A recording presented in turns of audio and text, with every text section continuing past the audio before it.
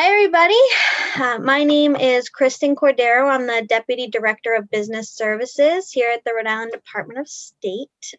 Thank you so much for joining us tonight. This is the first session of an ongoing series, all on the topic of how to turn your hobby into a business. Before we get going, I just want to do a couple housekeeping notes.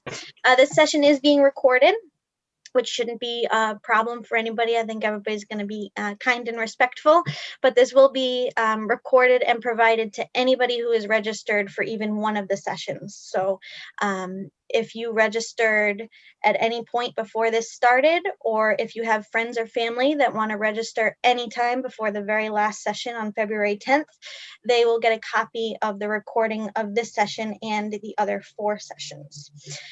We will be actively monitoring and moderating the chat. So anytime you have a question throughout this or any of the other panel sessions, please feel free to enter your questions in the chat. If we can get to them live, we certainly will. Otherwise, we will make sure that we follow up with you to make sure you get all your questions answered. But we absolutely welcome them. We'd like to make this as interactive as we possibly can, even though we're all in our own little squares, as we have to be at the moment. And then finally, closed captioning is available for this. If anybody would like to use that, you have a button either on the bottom or the top of your screen that says CC. You can select that and then either have live transcription scroll across the bottom of your screen or see a full transcript of what we're talking about if that makes it easier for you to follow along. Without further ado, the Secretary Gorbea is here with us tonight. She would like to welcome everybody and just introduce everybody to what this is going to be like, and I will turn it over to her. Thank you, Kristen. Good evening, everyone.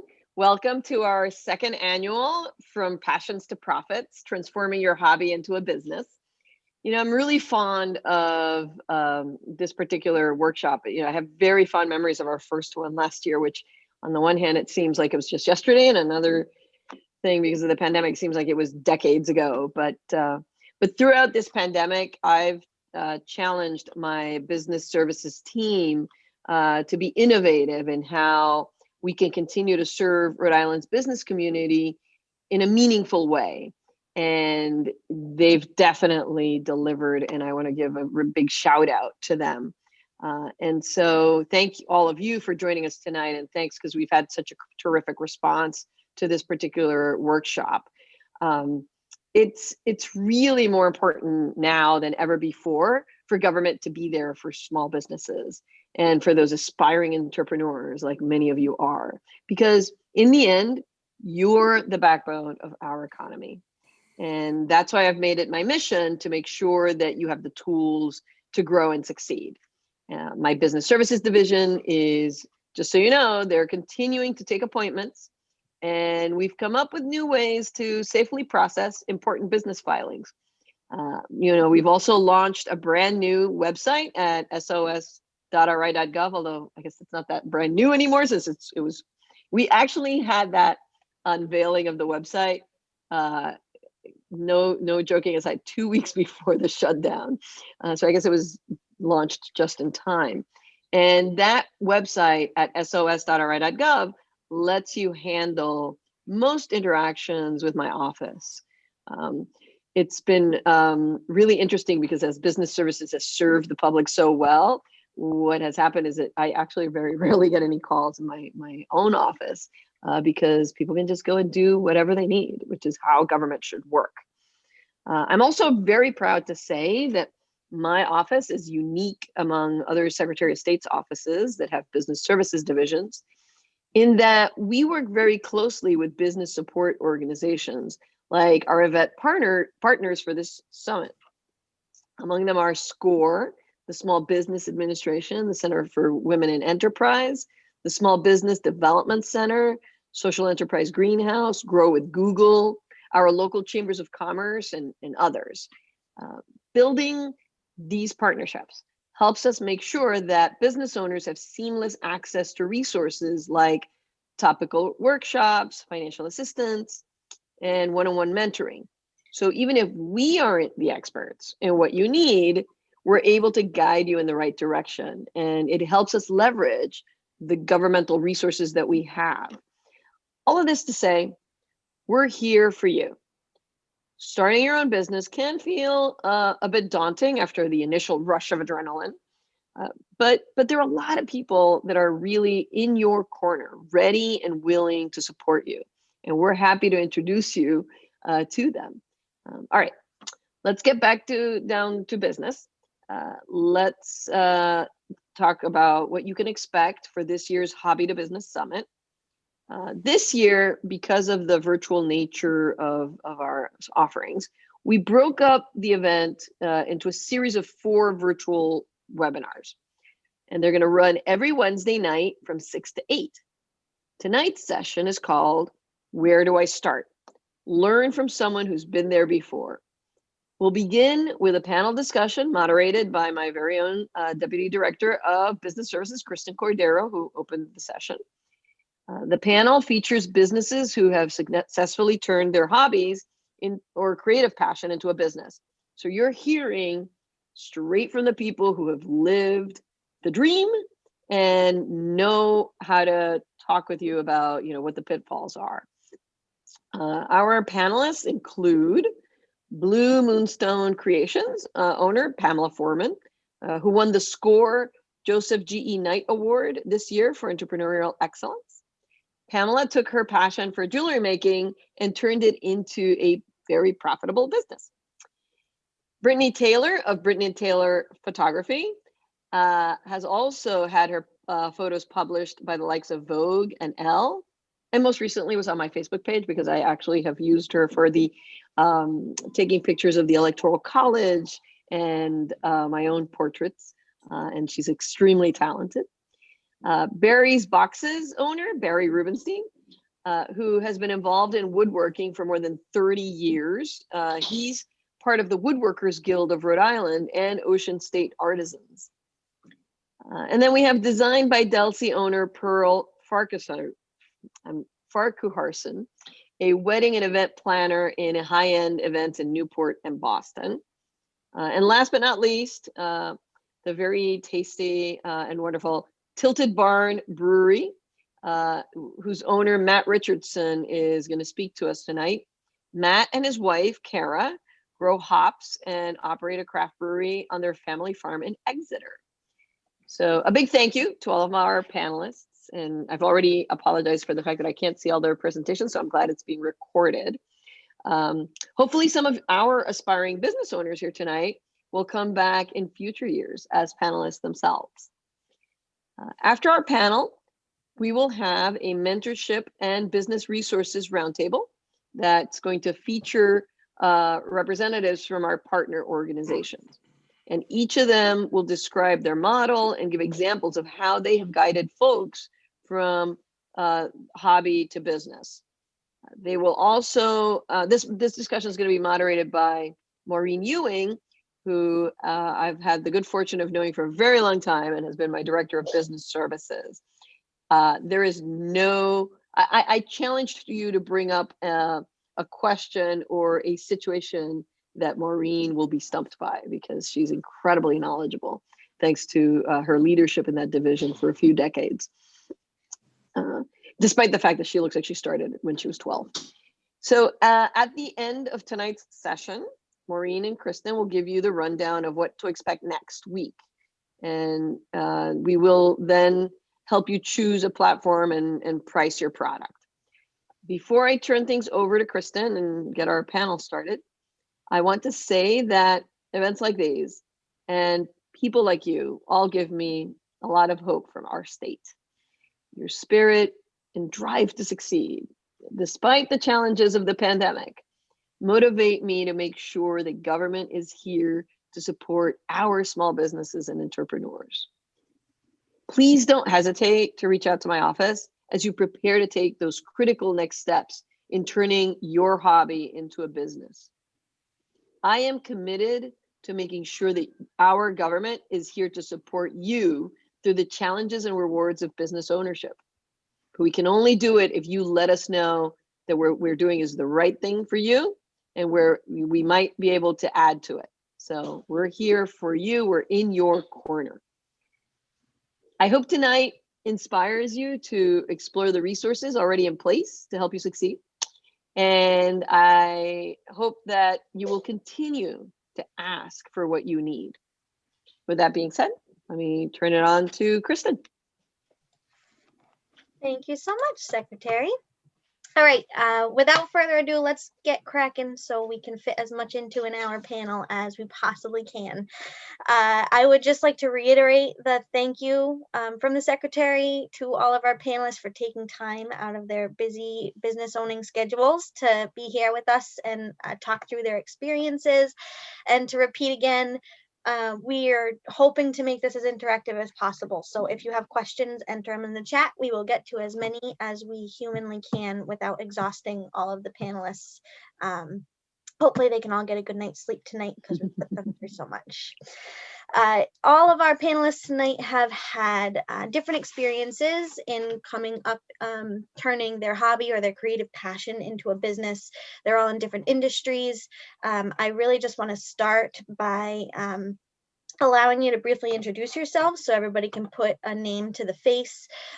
If you could tell us your name, your business name, and then what product or service it is you offer, we'll start there. Brittanny, we will kick it off with you. Hi, everyone. I'm Brittanny Taylor. My business is Brittanny Taylor Photography. I am a photographer. I'm also a yoga teacher and embodiment coach. My aim is to help people have a better mind-body connection. I think that was everything you asked. Yeah, that's great. Thank you. Okay. Pamela? Hi, my name is Pamela Forman, and I'm the owner and designer of Bluemoonstone Creations, which specializes in handcrafted sterling silver and gold jewelry with rainbow moonstones and other semi-precious gemstones. Thank you. Barry? Oh, you're on mute, Barry.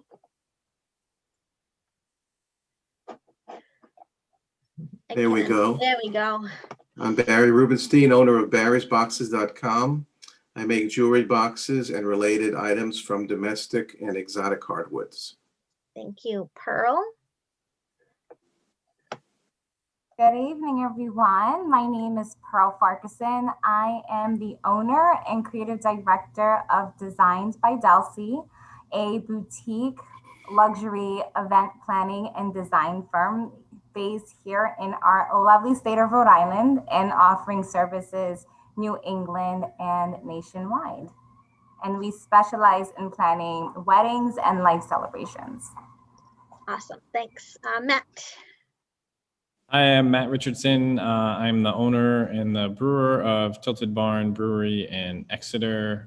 We opened in 2014 in our old barn on our farm here and have grown since then. I'm sitting in a new building that we actually just opened before Thanksgiving. And we are Rhode Island's first and only farm brewery right now. Awesome. Thank you, everybody.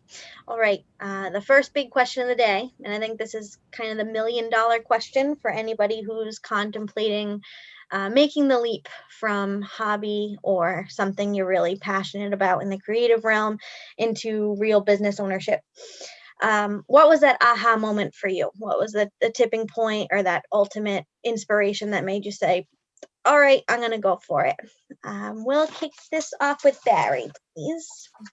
Well, I've always been interested in making things from wood. I made most of the furniture and fixtures in the homes that I lived in, and I was looking to continue making things, so I gravitated towards smaller items such as boxes. And you've been retired for a few years now, Barry. That's right? Yes. Did you start the Barry's boxes before or after your retirement? Started it before. Cool. I know we have a couple of audience members who are kicking around the idea of starting a small business in their newfound retirement space. I think that's really cool to sort of take on a second wave of a whole new career after you've been through years and years of your first career, and get to do that following your passion. That's awesome. And your boxes are beautiful, by the way. Thank you. Let's move on to Pearl. What was that aha moment for you? Oh, I wish I had like a fun, glamorous story, but truth be told, my aha moment was more like a kick off the cliff of life when I graduated from college and I thought I had landed like my ultimate dream job. I went to school for culinary arts, hospitality, landed a dream job working as a wedding coordinator at this amazing venue downtown Boston. And I worked really, really hard at this job, became really proficient. And then one day during the slow season, due to a series of just unexpected events, I became, as what so many people are these days, unemployed through a layoff. And I was so crushed and I didn't know what I was going to do. And I really wish that I could say I had this great business plan and everything, but what I knew was that I was really passionate. And I was so thankful that during the time I had a close group of friends that said, you know, you're really good at this. Perhaps maybe you should consider, you know, freelancing. And I said, okay, I think so. So I found my first client and kind of figured it out since then. So I think that in all, I think I have made the right decision. I couldn't imagine my life being any different, but I love sharing my story because sometimes it's times of adversity where we say, why is this happening? And perhaps sometimes those times of adversity are meant to steer you in the direction that you're really called to do. Ain't that the truth? I think so many of us have sort of found ourselves, particularly, you know, you maybe you graduate from, I know you graduated in the hospitality industry, but for folks who went to school for something and then found themselves in a totally different career, it's funny how life can sort of lead you to what makes you happy. I'm happy it happened for you. Matt, how about you? Sure. I would say that I sort of always knew that I wanted to work for myself. I enjoy, working hard and putting in extra time for something that is really going to be rewarding. And I had a job that I thought I was going to love forever, and it just wasn't really doing it for me. And I just knew that I wanted to do something a little more passionate. And I had this hobby of making beer that I knew I was good at, and I thought I could really turn it into something that would be worthwhile. And we didn't really go the route of pitching our business plan. We like to start small. And so we kind of said, hey, we can make this work on our farm.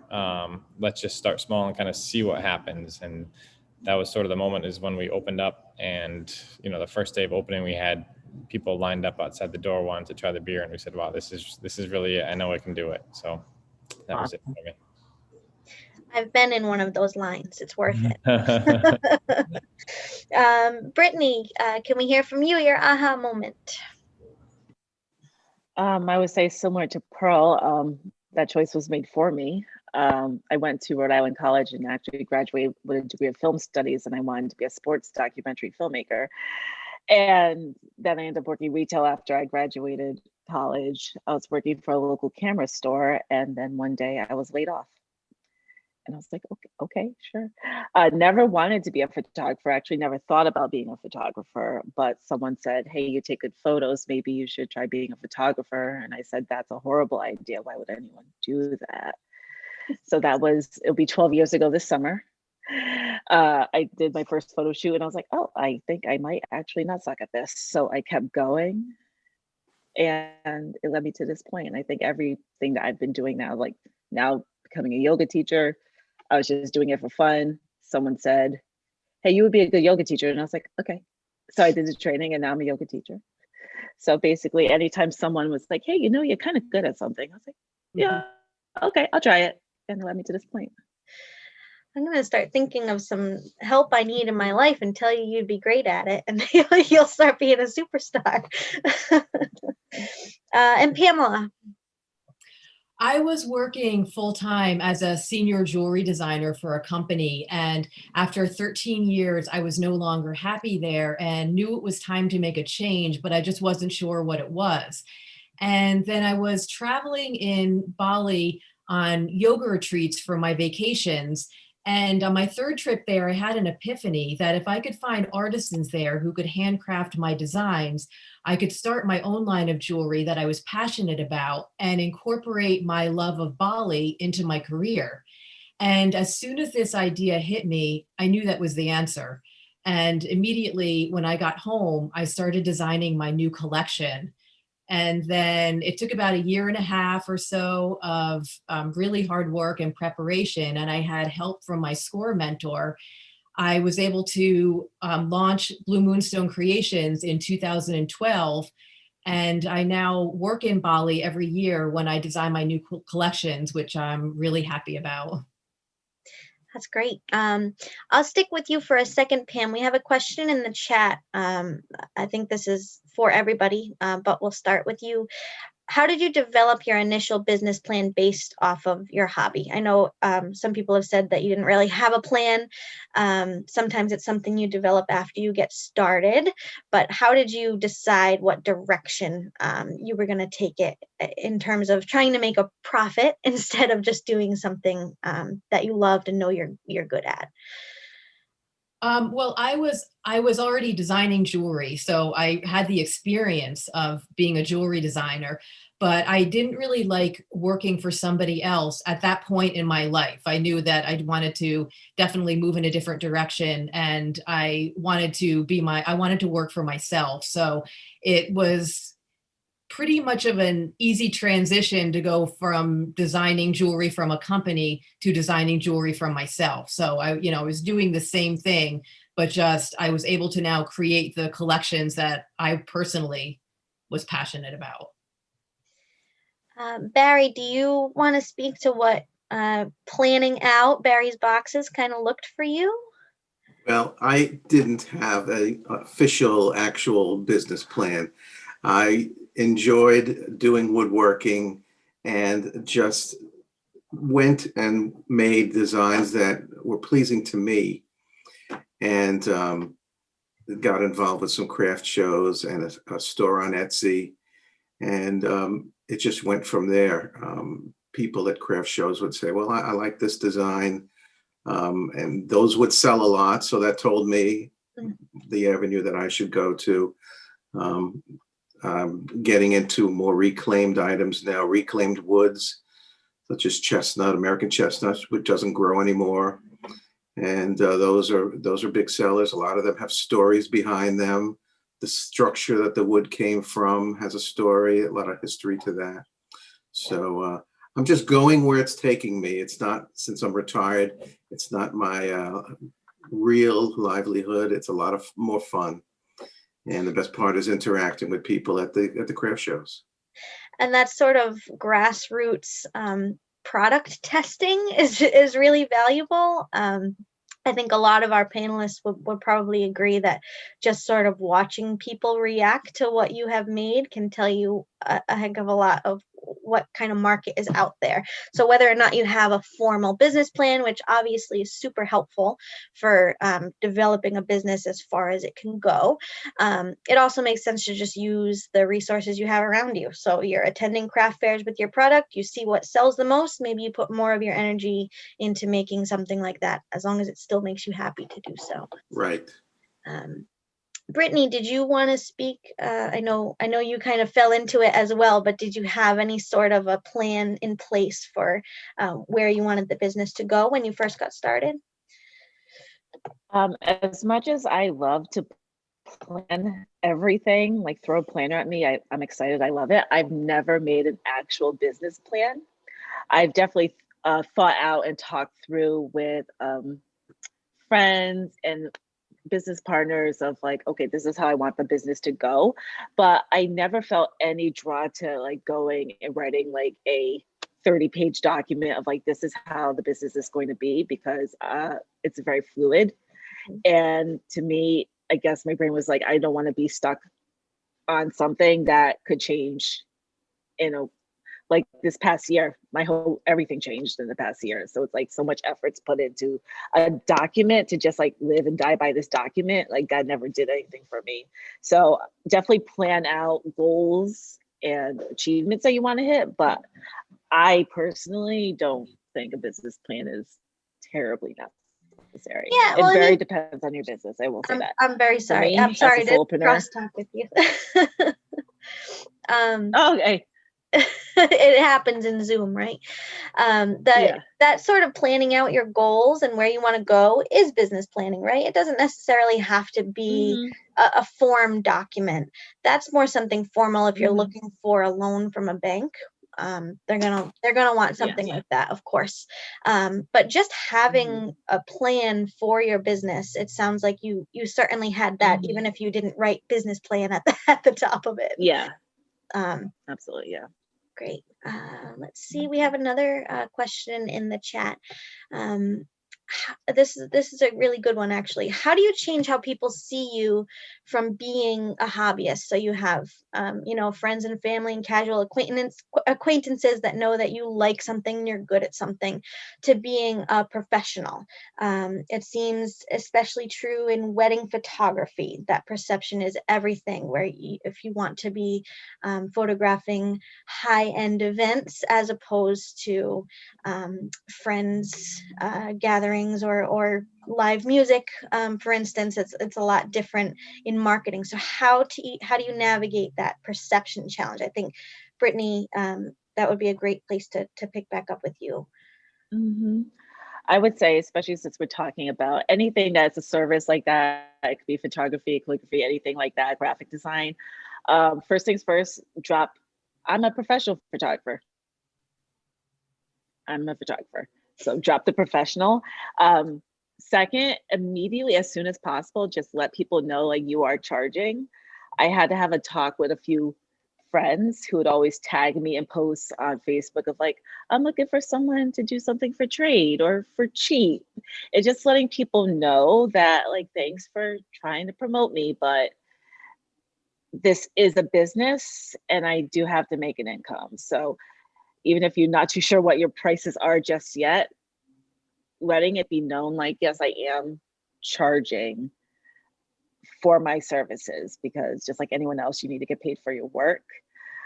Also, when it comes to like the perception, I do a lot of branding work for clients, finding some people that you could possibly work with on getting your messaging more in line with the type of client that you want to book. It's tough, especially in the beginning, if you are doing everything on your own and you are building your own website and writing your own copy and everything. Maybe finding some people you could work with that could help elevate the whole brand message that will help you kind of be taken a little bit more seriously, even if you are just starting out brand new. Pearl, did you want to speak to that too, in terms of perception in the sort of services you offer being at a certain level and charging that price?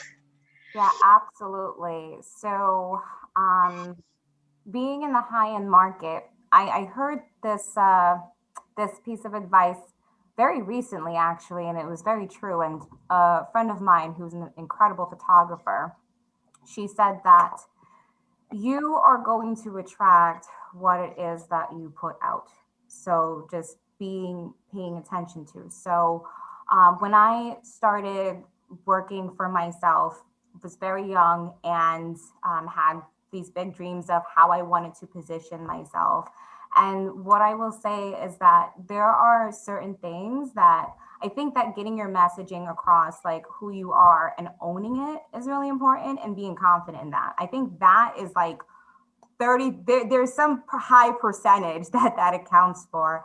And then secondly, for my scope of work as a planner in the event industry, I have also the professionals that I align myself with also helps my business to build brand equity as well too. So If you are in the business of weddings and trying to get into wedding photography and doing it more as a profession, I would suggest perhaps aligning yourself with vendors, partners, and companies that have the same mission and values as you.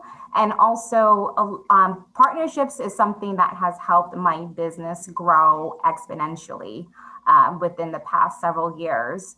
That, and also like, how, as to Brittany's point, like, how are you using social media or other marketing and branding tools? Are you showing up as the part? For what I teach my team is that presentation is everything. It's not just by the way that we show up and to make events look pretty.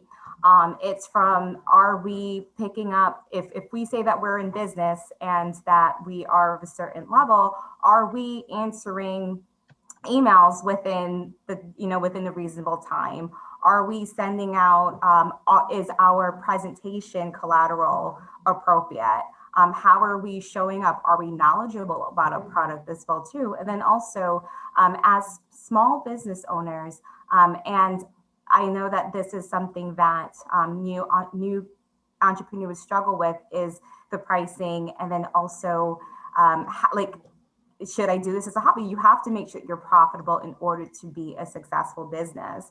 So at some point, yes, if you are going to give your services for gratis, asking yourself, like, what is the intention and does it serve my end goal?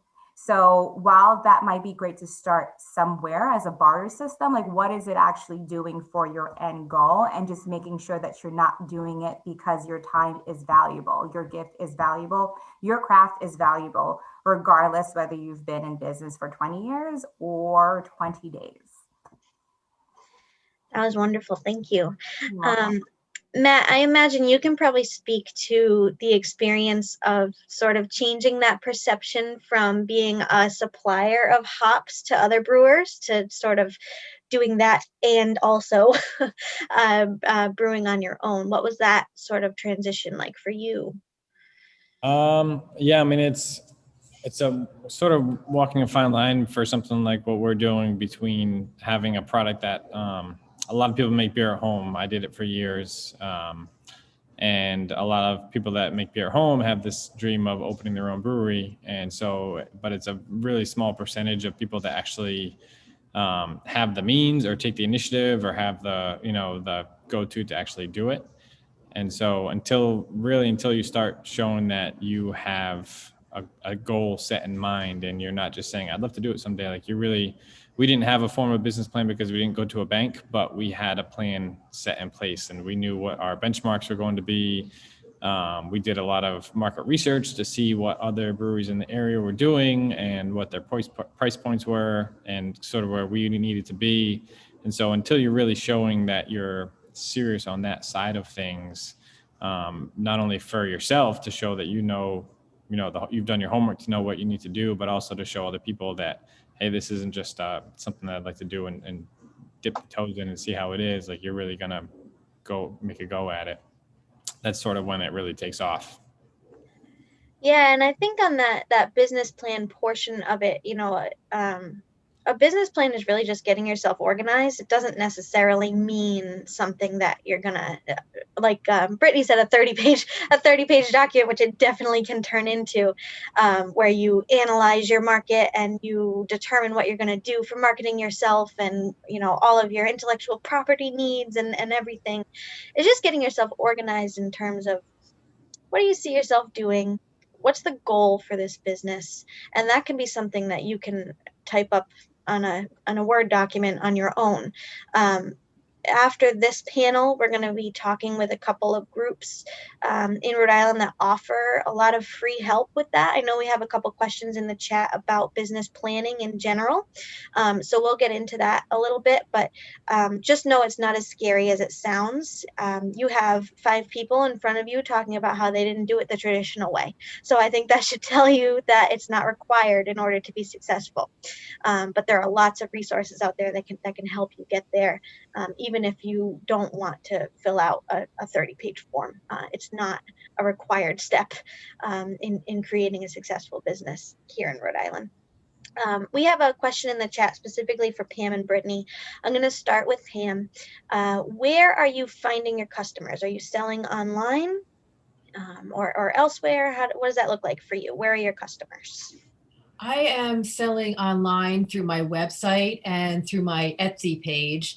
I also do a lot of shows when we're not having a pandemic. And I sell to some stores around the United States. And I also sell to some galleries. So pretty much I try to take advantage of all the other options and see, which stick, and, some are better than others. Thanks. Brittanny, did you want to speak to that as well? Where and how are you finding your customers? Sure. I would say it's probably a really good even split of word of mouth and Googling, or someone just happened to be following me on Instagram and you're like, oh, I'm ready for photos now. I'm like, okay, I'm ready. I do ask people, I'm like, what did you actually Google to find me? And they never know. So, but it works. And I can say probably not good advice. So the advice is work on your SEO for your website. I don't that much, but people still find me. So if you have really good SEO for your website, you're probably going to get even more work than I'm getting at the moment. So yeah, just word of mouth. I've built a pretty big network, so people know I take pictures. Yeah, and networking seems to be sort of an emerging theme here, in case anybody else hasn't noticed, but it sounds like most of our panelists here have really relied heavily on partners and people that they know within their industry or similar industries. So if you have a hobby that has tangential industries, it might make sense to sort of create some networking groups, or follow a whole bunch of people on Instagram and see if they follow you back, and then their followers get interested in who they're following, etc. We're going to do a whole session on social media marketing for small businesses, so we'll definitely talk more about that, but just something to keep in mind, that whole networking piece, even though we're in the time of Zoom boxes and it can be a little more complicated, there will be a light at the end of the tunnel. There will be some sort of normalcy returning to the world at some point, and we'll be together again, able to network in a more regular way. And you should be ready for that. Be ready to talk about what you do, and be ready to listen when people tell you that you're good at whatever it is you do. Because obviously, if you're Brittanny, then you turn that into a very successful business because somebody told you you were good at it. And I think that could happen for a lot of you out there also. We have a question in the chat about navigating pricing and contracts. I don't know if anybody in particular wants to speak to this. And Barry, if you want to talk about pricing your products, how you sort of determine what an appropriate price is for was for your boxes when you got started. I started out what I thought was low, and not knowing really how to price things. So things moved along, and it's the simple supply and demand, and you inch your prices up. So you really never know if you went over the line and oh my God, I'm not selling anything. But another tool I used was seeing the other woodworkers on Etsy. What are they selling comparable items for? So that's what I use. Yeah, that's great advice. I mean, it makes perfect sense to me to see what else is out there and try to get within shooting distance of that. Pam, do you want to speak at all to, I know you said you sell to stores. I don't know if that involves any contracts, or if you want to speak to the pricing of your jewelry products. The pricing, really, I base it on the cost of the materials and the work that's done. I pretty much have a formula for all of my pieces that, it really just takes into consideration how much each piece is going to cost, and the stones and everything that goes into it. As far as contracts, I don't really work with any contracts, but I did have a full business plan before I started my business. That's great. See, it works for some, or I Yeah. should say business plans work in all different shapes and sizes, no matter what you call them. Pearl, did you want to speak at all to the pricing of your services, or if there's any sort of contracting work involved in your business? So we've talking a lot about business plans and whether or not we should have a business plan versus like, what is the business plan? Should we have a business plan? What I would say is that when I started, I kind of was like, you know what, I'm just going to figure it out. And I probably have about 4 Harvard degrees in mistakes based on trying to just figure it out on a whim. So what I think would be really helpful is by perhaps starting with a business plan and thinking about what do you need in order to be profitable. But I also think that when thinking about pricing, there's many ways to do it. An easy way is perhaps doing some market analysis, right? So for example, if you are a wedding planner, and what are the other wedding planners charging in your area and what services are they providing and how do your services measure up? That would perhaps be a starting point. I've moved into a philosophy in that the value that my team is able to provide and price in accordance to that versus what everyone else is doing. But I think that, like, as a general rule of thumb, I think that that's where it's important to do market research, and then also identifying if you do have a product that is an actual tangible product, those products actually cost money. So you need to know what it costs, as well as your time, because your time is money and you want to make sure that you're reaping a profit. So taking products and time and figuring out what that is, and then saying, okay, like what are your overhead costs? What actually do you need to reap a profit? How much are you producing? And price your product in accordance to that if you do have a actual physical product. The first strategy is great, has worked for me because I essentially own intellectual property for the most part. With minimum overhead costs. But for the second strategy, I would suggest if you are thinking about doing perhaps a product, jewelry or soaps or whatever your hobby is, and it's an actual product that you're willing to sell, that is so important, because the last thing you want to do is, I think that as passionate creatives, and as many of us are on the phone, on this call, is that we don't sometimes, I know sometimes forget how much work actually goes into that. So you want to make sure that you're being rewarded well so that you can be sustainable and happy. So that's all I have to add. That's good advice. Thank you. We have all sorts of questions about pricing. I will reiterate that next week on Wednesday night, we have a session that deals with pricing your product and with online e-commerce sites. So if we don't get to your question, or if you have sort of follow-up questions, absolutely feel free to enter in the chat. We're going to be taking notes of them and make sure that we can address them as we go. But that may be something that will be answered by, I know we have the Small Business Development Center giving a presentation on pricing your product and scaling it to market in about a week. So you may find those in the audience that have lingering questions about pricing, you may find that useful. Yep, go ahead, Matt. One thing about that, Kristen? I won't talk about pricing if you guys have something else planned, but I just want to touch on the other part of that question, which is the contracting, which is an interesting question, just because that directly impacts us quite a bit. When we first opened our brewery, before we opened our brewery even, there were a lot of breweries in planning or opening, and one of the hardest things to get were hops. We grow a lot of hops, but we also buy a lot of hops that we can't grow.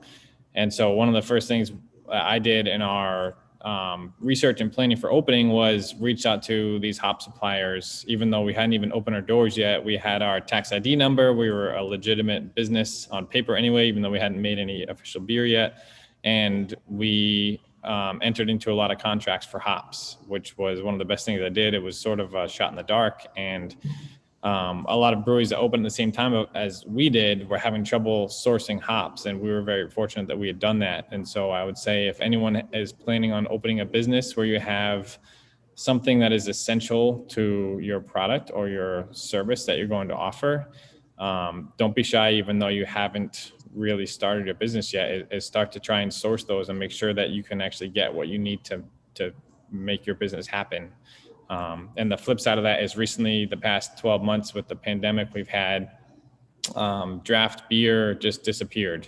No one for a few months no one was going out. You couldn't go out to restaurants, to bars. And so that meant everyone that was making beer had to put it into cans or bottles, mainly cans. And so there has been a huge aluminum can shortage across all industries, not just beer, but soda, soft drinks, everything. And so we were, again, fortunate enough to see that coming and entered into a contract for aluminum cans. And we are very fortunate. We have more than we need. Well, not more than we need, but enough to cover what we need. There are a lot of breweries our size, smaller than us, bigger than us, that don't have anything to put their beer into right now because they didn't enter into those contracts. And so that's really important that if you have something that is essential for your business, make sure you can source it and do the legwork to really find out that you can get it and enter into contracts if you need to. That's really good advice. And just sort of piggybacking a little bit on what you said about being a business on paper, but not being, quite up and running yet, but signing contracts. The last session in this summit is going to be talking about sort of the nuts and bolts of the regulatory side of getting your business set up. And one of the things we'll talk about is making sure your business name is available before you sign any contracts, and actually being a business on paper before you sign those contracts, so you make sure that everything legally is sort of tied up in a neat little bow. So I think you speaking to your experience with that is some really valuable insight in how that works in the real world. So I appreciate that story. Barry, I think this is for you, but anybody else is absolutely welcome to jump in. Do you find that Etsy is worth the ad fees and the transaction fees for you? It seems to work for you, but tell us your real thoughts on it, I guess. My real thoughts, it's really cost effective in my mind.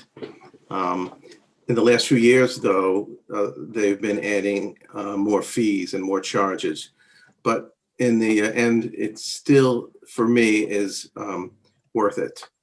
A posting is 20 cents for 4 months. Where do you get that? Once you make a sale, the fees start biting into it some, but still, it's really worth it for me. Great, thank you. Does anybody else want to jump in on experience? Yeah, go ahead, Pamela, please. Yeah, Etsy has been extremely good for me. I sell on my website as well, but I sell, I would say, 5 to 1 with Etsy sales to my website sales. So I think Etsy is very, very worth it. And I have nothing bad to say about Etsy. Great. You would think we have like an Etsy representative on here that we're trying to impress, but I guess it's all good. Let's see. We have a question in here that I think will resonate with probably a lot of people on the call. There's a lot of people who are currently working a regular career and have a hobby on the side, either thinking about turning it into a side hustle or maybe making that leap into turning it into something that they're going to do full time.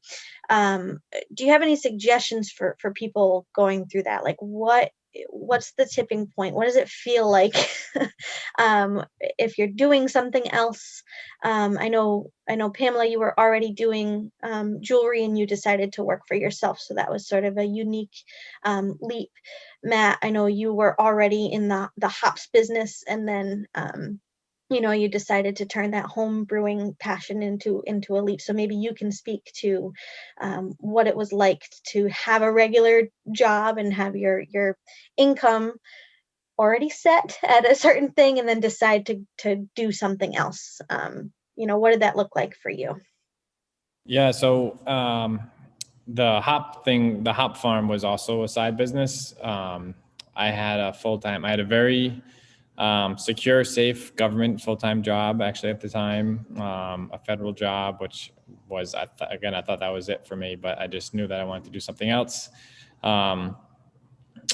So yeah, it's really, I guess the two main things. One is you need to make sure that you're okay with making that leap. You need to, like, within yourself first say, am I ready to work, long hours, put the work in, and make sure that, the reward is great as long as it's going good for you, but it's a lot of work. And I wouldn't change it for the world.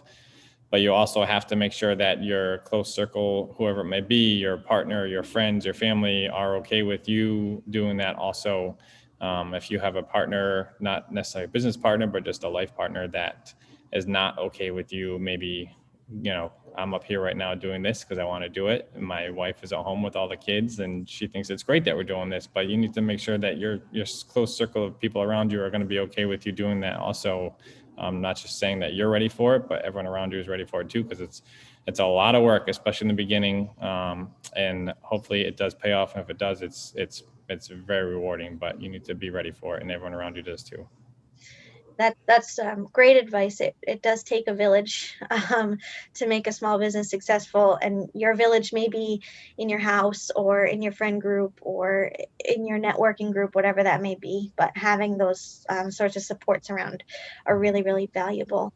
Brittanny, is that something that you could speak to in terms of sort of having something else and then deciding, I'm really good at this, I guess I'll make a business out of this?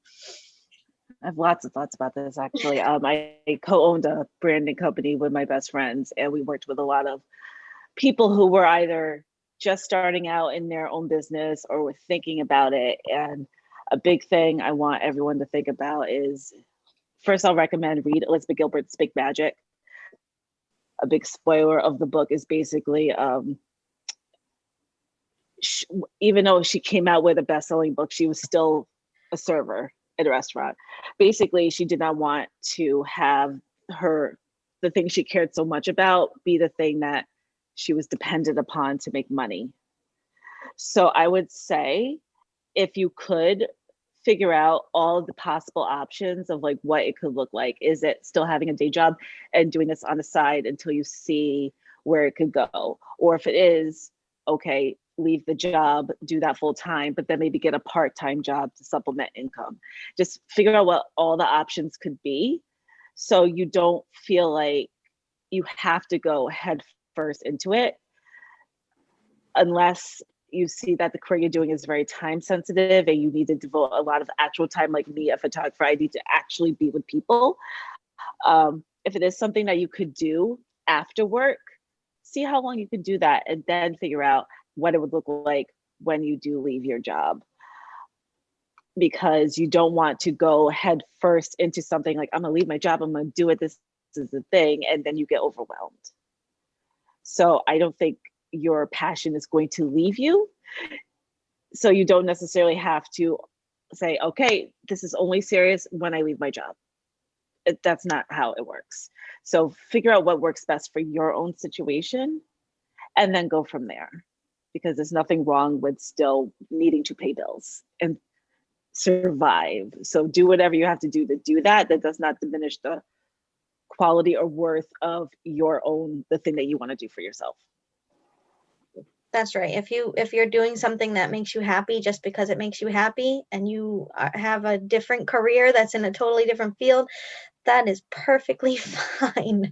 There is nothing saying that you absolutely have to turn that into a business. If you decide that that is what's going to make you happy, there's lots of resources that can help you pursue that. But we certainly don't want to pressure anybody into feeling like, here's all these amazing people who have done it, I got to do it too. I'm going to quit my job tomorrow and let's do it. I think taking those sorts of baby steps and making sure that whatever your passion is doesn't turn into a burden to you, is really valuable for yourself, not just for your pockets. I just want to pivot a little bit. I have a question here that I think may open up a couple doors for maybe some additional questions in the chat.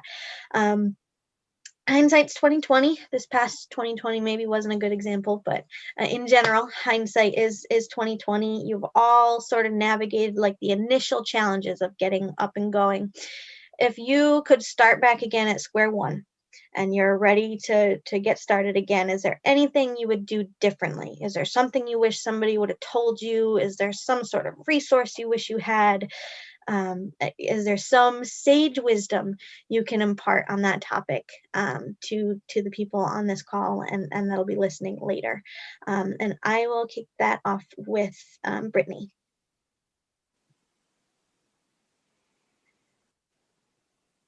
Count it immediately. Oh, I think we're breaking up a little bit. Once I got my account, I was doing all that stuff on my own and it was fine. It's got an accountant. Oh, okay. Can you hear me now? Yes. How about now? Yep, I can hear Oh, you. it says my internet connection's unstable. Can you hear me? Sometimes, okay. Yeah, sometimes if you turn your Get video an off. accountant. I was doing my taxes all on my own. Oh, okay. How about now? I can hear you fine, yes. Okay. I run into that issue sometimes. Yeah. Getting help with your taxes, bookkeeping, any of that is probably the best thing that you could do for your business immediately. And I did not do that. It took me a while to finally ask for help with that. And that was a lifesaver. Thank you. Pearl, do you have anything on starting at square one? What does that look like for you? Yeah, I actually have two things that I've learned along the way.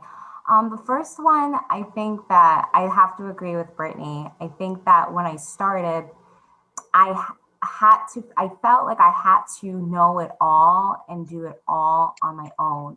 And I think that I have spent a lot of time and energy in eventually figuring it out, but it would have been so much easier if I were to ask the experts about their expertise and just ask, and it will save so much. And you'll be surprised that there are so many resources in our state. There's so many people within our community that actually want to help you and succeed. And chances are, like, they've been in our shoes. So what better way to learn than from people who have done that? And then also, I remember years ago when I first spoke with a representative from SCORE, and he told me to start small. And I was focused on everything. I was focused on weddings and retreats and corporate events and all these events. I wanted to be everything to everyone. And I think that the moment, I eventually learned that you don't have to be everything to everyone. You just have to identify one thing. So start small or identify one thing and do it extremely well.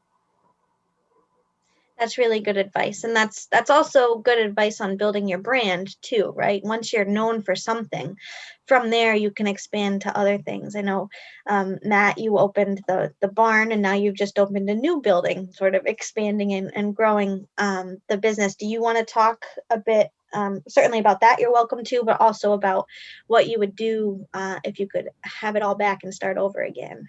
Yeah, I mean, I was actually going to say something almost identical to what Pearl just said is it's exciting to see some other companies who have already been where you want to be and see where they're at and be excited and want to get the biggest and the next best thing out there to make your product or sell your product, whatever you want to do. But then really the best advice I have, and is luckily how we did it, was we started small.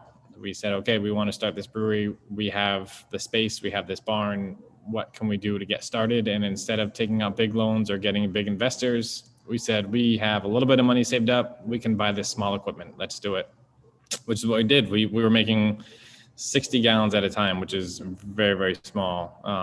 But we did that for 2 years, and we did it as the best we could. And we made phenomenal beer, and it really, people got excited to hear about it and to see what we were doing. And we just kind of bided our time. And as we did that as best we could for a couple of years and made some money, then we bought some more equipment that was a little bit bigger and did that as best we could for a couple more years. And we're 6 years in now, which is a long time, but we were able to do that without having to have a lot of debt and without having to take on investors. And we answer to ourselves, just my wife and I, like I said, that's it.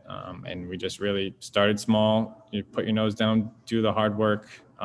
And it's hard at first that way, but after a few years, you're going to be really glad you did that. And not only you have a lot of pride for what you did, but you're also going to be in a better spot for your company because you will hopefully answer to yourself and maybe a couple other people, and that's about it. And you'll really be in a good spot.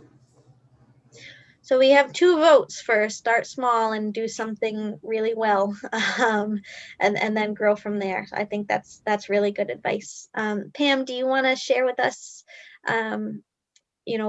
what you would do over again, or how you would do things differently if you were just starting out in your industry? If I was just starting out, I think I would probably pay more attention to marketing. That's one thing that I feel like I never had time to do before. And I see now how important it really is. This is the first year that after 8 years, that I'm really focusing more on it.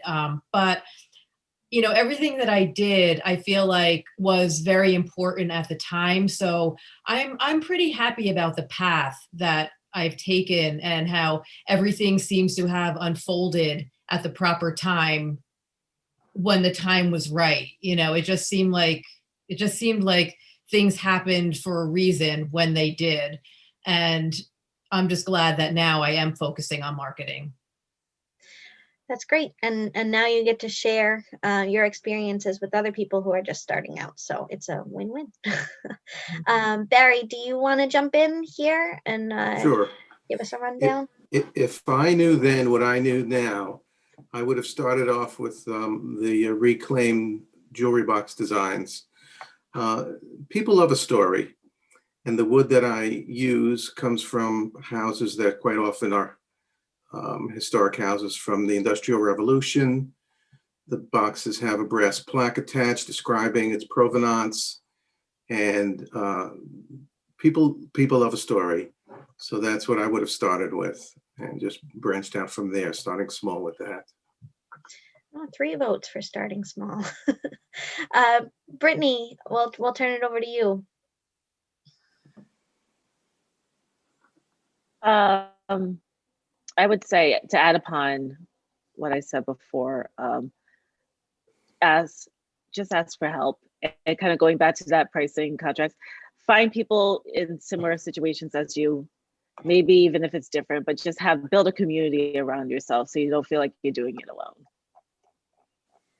And that's really good advice. And I think everybody here is kind of on the same page in terms of whether you're asking for help from an expert or somebody who's been there before. At the very least, ask for help from the people around you. I know Matt talked a bit about having that support network, but I just want to reiterate how important that is, no matter how big you're planning to be, or whether you're just going to stay a hobby and you're not going to turn it into a business. It's important to have people who support that decision around you. We have a couple of other questions in the chat. We have a question on if anybody who's currently selling on Etsy has ever looked into using Shopify. I don't know if Barry or Pamela can speak to that. If not, we are again having a session next week on Wednesday on e-commerce platforms and what they all look like and some of the pros and cons of those. So you're absolutely welcome to join us for that. And we have a representative from SCORE who will actually be speaking in a little bit, Rochelle. Maybe Rochelle wants to jump in and answer that question.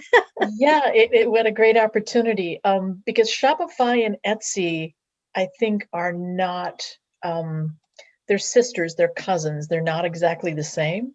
And so we can talk about this next week, but you might consider both.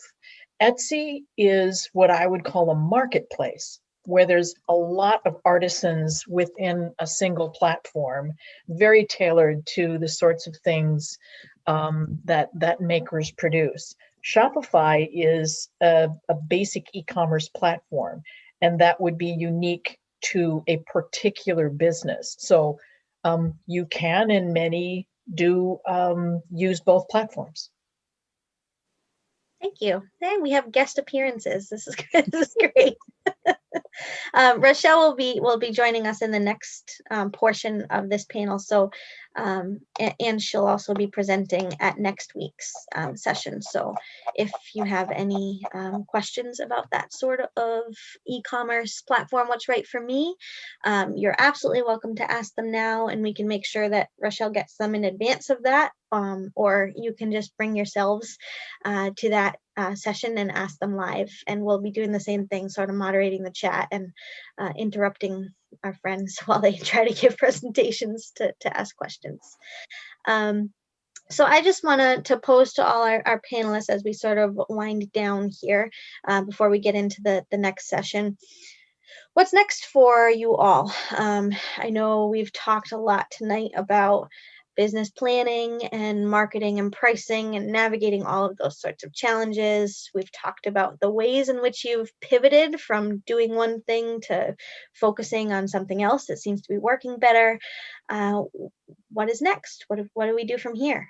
Let's pick it up with Pamela, please.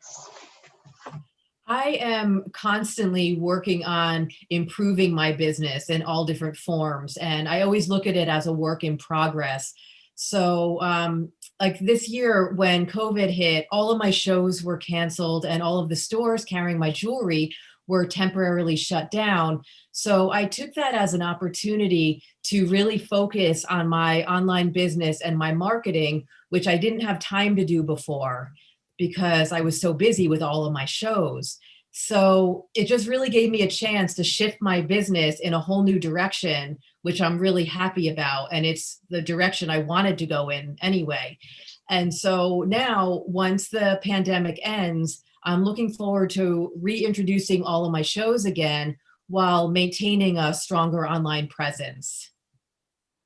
That's great. I guess there's a little bit of silver lining to us all being being stuck at home and forced to do things differently.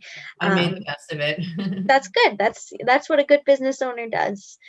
Brittanny, do you want to speak a little bit about what's next for Brittanny Taylor Photography or any of the other fun things that you are involved in?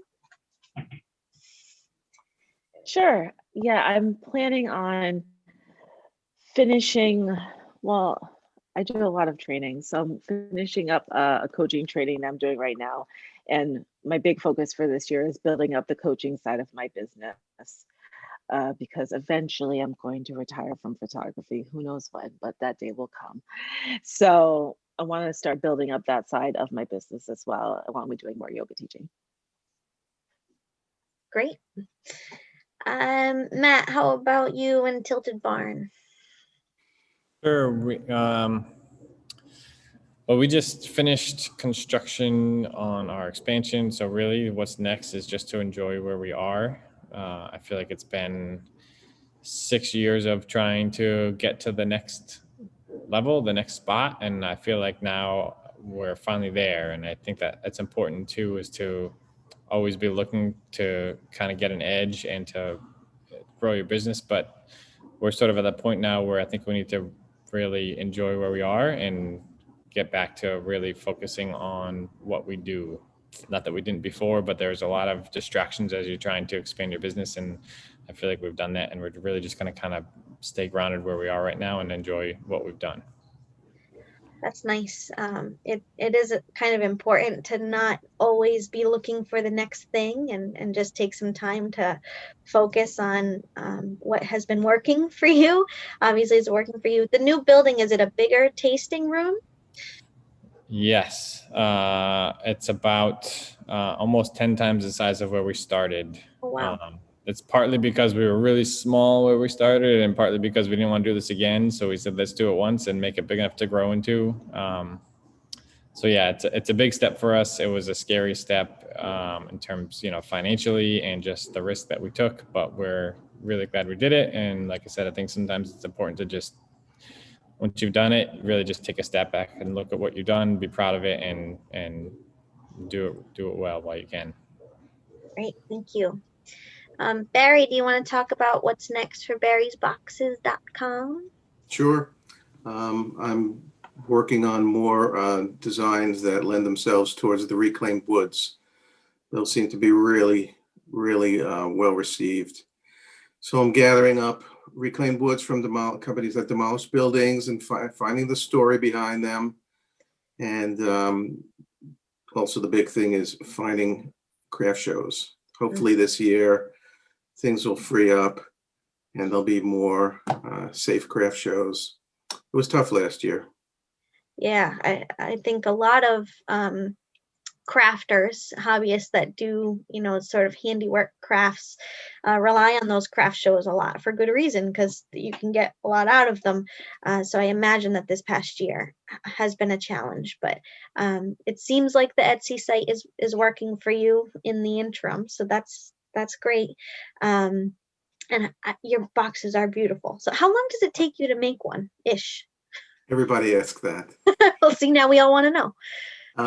When you make a box, when you make a design, you don't make just one, because it takes so much longer to set up the cut on the machine than to make the cut. So I'll make a dozen boxes at once, and they might take 5 or 6 weeks to make those boxes. Yeah, definitely. It shows. There's definitely some serious craftsmanship there. Thank you. Pearl, do you want to talk about what's next for Design by Delsi? Sure. So exciting to report that our team is expanding. So the ultimate goal for this year is to get my business to a point of being self-sustaining. I'm really passionate about my ideas around hospitality and thought leadership as it pertains to business development and hospitality. So I'm really hoping to start using the free time to start tapping into speaking engagements, as well as writing a book. Oh, awesome. Very cool. See, we are all kind of making use of our newfound free time of being stuck at home for the past year. So I'm glad it's working out for your businesses. We are just about wrapping up. We have one last question in the chat that I just want to address really quickly. I think it's probably best suited for Pam. It's about selling to stores and how you go about finding stores either in state or out of state to sell your products to. Do you want to just give us a little rundown of what that experience was like for you and how you got started in that aspect of it? First of all, it's not easy. I would say that's probably the hardest part of the business, because a lot of stores are just set with the, existing people that they buy from. So it's always a challenge. And I've approached it in different ways. I've done trade shows. So that's one aspect where I do the New York Now trade show that happens a couple times a year. And you can go to New York to the Jacob Javits Center, and all the buyers are there. They come to you. So you can find buyers that way. Other than that, you could just go into the store and talk to them and see if it's a good fit. I probably tried a few different things. I don't really have one. Everybody's different. So sometimes you could call someone and they'll talk to you, or sometimes you could walk in. Other times it's just, sometimes they find you. It's a challenge. Yeah, I think having somebody to sort of hold your hand through that, who has been through it, would be really valuable. We're about to hear from some of the groups who do help with that sort of thing. So if that's what you're interested in, and sort of breaking into the selling in stores, there's all sorts of resources that can help you out with that. But I think it's fair to say that is a challenging aspect of getting handmade products into stores. There's definitely a set market, and it can be tough to break in, not to say that you can't do it. we have pretty much rounded out our time for this portion of the evening with our panelists. They have all graciously agreed to answer questions from us that you provide to us after today's panel. So if you come up with something that you want to ask one of our businesses, I'll put our email address in the chat. You can absolutely send them our way, and we'll sort of play liaison and do some follow-up interviews as needed. But I just want to thank all 5 of you so much for sitting with us and sharing your insight. I know it can be a little intimidating to share your personal story, especially when it relates to something that you're passionate about. But I think you were all really inspiring in terms of how you talked about where you started and how you got to where you are and where you're going to go next. So, you know, a silent clap for for our panelists. Thank you so much. We really appreciate it. And I think the people in the chat, we're getting some rave reviews there. So I think people enjoyed hearing from you. See, we got people clapping. Look at that. We're going to move on to the next portion of tonight. The session does go until 8 o'clock. For the next 45 minutes, I'm going to hand it over to Maureen Ewing, who is the Director of Business Services. She's my boss. She's wonderful, and she's going to be, and I don't have to say that. She doesn't pay me to say that. I say it anyway.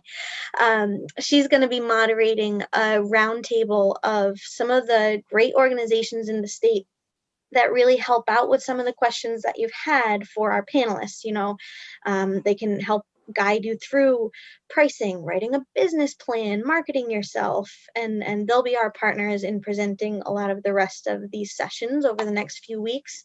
But this is an opportunity for you to hear what they do, put some faces to the names, and I will let Maureen take it away. Thank you, Kristen. And Thank you. Yes, I want to thank you so much for monitoring, for being the monitor. Thank you. Our first panel, because I think you just added so much to the conversation. As you all know, most business owners would agree that it takes a village to make a small business successful. In Rhode Island, we're lucky to have so many organizations that are dedicated to helping businesses start, take root, and grow. Each one of the organizations that you'll be introduced to tonight offers support during all phases of business development and have created unique service models to meet your individual needs. Once again, we welcome questions from the audience. So as questions come to you, please don't hesitate to place them in the chat. Kristen's going to help us monitor the chat conversation. Some of the questions will be answered directly in the chat, and others will be shared with a panel. To begin our discussion, would each of our panelists please take a few moments to introduce yourself, give the name of your organization that you represent, and highlight a few of your organization's services. And to get us started, could Veronica begin? Good evening, everybody. Thank you so much for having us here. Thank you, Kristen. Thank you, Maureen. And hello to everybody who's here tonight. It's a pleasure to be here. So I work for the Center for Women in Enterprise. I'm the director there. And I always like starting by explaining that I know our name implies that we only help women. We help men as well. You're welcome to take part in our services. And one of the main things that we do, I want to mention specifically the business planning class. I know the business plan was mentioned quite a bit at the beginning of the program. And I know we all understand how daunting it is. And because of that, we started using the Life Plan software into our business planning course this summer. And we've gotten amazing reviews. It's no longer as daunting as using Excel and breaking one of the formulas and then completely ruining the sheet, right? Now we're using this platform, which breaks down the plan into 5 different sections, and you're able to easily input the probing question answers into the sections and have a beautiful plan at the end of 4 weeks. So that's one of our highlights, is the business planning course, as well as other standalone webinars and one-to-one coaching. But I hope to be able to talk to you more about the course and how it can help you establish a business plan, because even though you don't need financing right away, you might need it down the line, and it's nice to have a rough draft at least to tweak down the line. Thank you. Thank you. Rochelle? Well, hello everyone. Rochelle Blees. I'm with SCORE Rhode Island. There are a couple other mentors here this evening, Ron Caniglia and Lisa Foster. Ours is an entirely volunteer organization made up of about 50 plus mentors with a variety of backgrounds. And our goal really is to foster a vibrant small business community. And we are one of over 300 chapters across the US. And the main services that we provide are free confidential business mentoring and a number of different workshops and webinars and participation with our partners like the Secretary of State here. I think one of the unique things about SCORE is certainly the passion that each of the volunteer mentors carries through into the way it serves its clients. Some of us are retired professionals. Some of us are volunteering our time to help small businesses in addition to owning or maybe an employee relationship with an existing businesses. And one of the things that I have loved just so much about the last couple of years with SCORE is really the opportunity to collaborate with all of the different organizations in this amazing ecosystem, all with a common goal. So Veronica Martinez and I know each other very well. Diane Forners, who you will hear from very soon, know each other very well. And Maureen and Kristen and folks at the Small Business Administration. And really it goes on and on. I see Susan Monroe is participating. And while I know Susan as an amazing artist, she also is one of the people that is the sort of the lead person within the East Bay Chamber. And that's another part of the network within which all of us work. And the reason I mention all of that together in the context of SCORE is that I think is part of what we all do, try to make those connections, develop those connections, and really try to find the best advice, skills, support to help all varieties of small businesses in whatever phase they're in. Diane? Oh, you're muted. Hold on. You're on mute, Diane. You're on mute. Sorry about that. You think I'd be used to this by now, but I guess I'm not. I'm Diane Panaris. I'm the Associate State Director for the Rhode Island Small Business Development Center. For those of you who don't know, the Small Business Development Centers are a national program.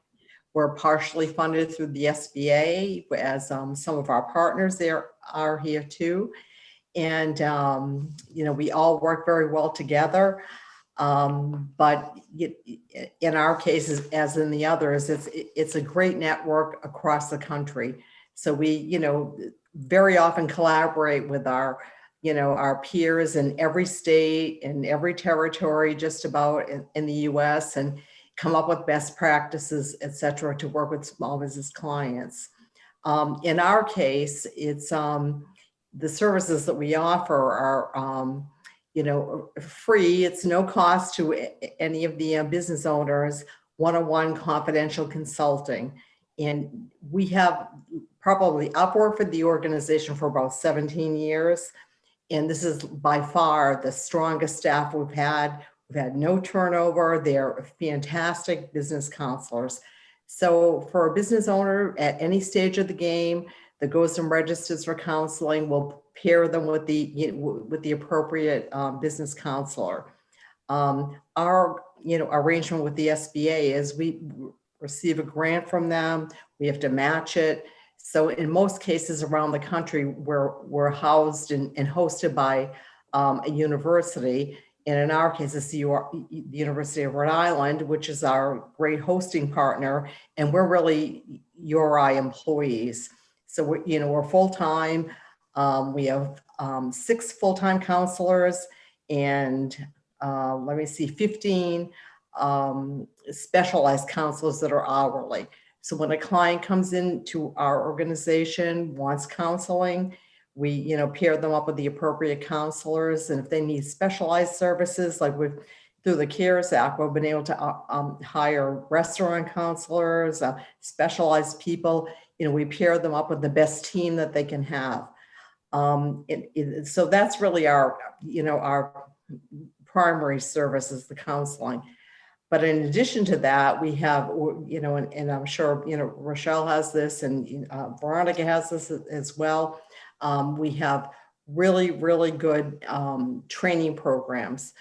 We've just recently hired a full-time webinar coordinator, and she is doing a fantastic job. So if you look on our website, and I'll put it up on the chat box of the things we have coming up. She has series going on, intellectual property. We have a walk-in, so-called walk-in consulting for various, business aspects every month. And that might be of interest to people. So it's really the very, very robust services, I would say. I will add this as a personal note. As they say on Hair Club for Men, I was just not, an employee or an owner. I was also a customer. Several years ago, I had a business, a public relations business outside of the Boston area. So I went to the Boston SBDC and, got a lot of really good services from them, and the business was very successful. So when I moved down to Rhode Island and there was an opportunity here, I said, this is a good place to work. So I had sold the business at that point. So it's a great service, and I really recommend that anybody out there, that has a business, take advantage of all of the partner services. They're really great. Thank you, Diane. January is Mentorship Month, and a month that we celebrate mentors. And for many of your organizations, I know that a lot of your counseling services are rooted in mentor partnerships. And I'd like to ask each of you what mentorship actually looks like from the point of view of your organization. And because that's such a feature in SCORE's platform, we're going to start with Rochelle. I think fundamentally mentorship is, I think, about listening first and trying to provide as much understanding and empathy as you can about each unique client situation and needs. And then understand, maybe not just with your own time and talents, but with all of the different things in and around this wonderful ecosystem, how can you bring the type of support that's going to best help that particular small business owner? And so it really is trying to kind of come to them where they are. And we have, new clients, every single week, and some are just thinking about a business. Some have already made a decision and want to start. Others maybe have started a business but are facing some challenges and kind of want to rapidly start. Some want to put their foot way down on the gas pedal, and others want to take their time. And so I really think it is first about understanding where they are and what they want, and then really being there for them. And there just are such a variety of needs and approaches. And the one thing I like about the organization that is really volunteer, and certainly Diane and Veronica's organizations are similarly oriented.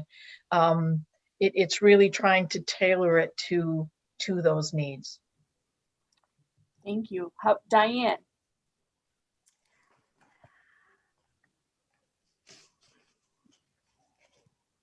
So do you want to know what mentorship looks like in our organization? Yes.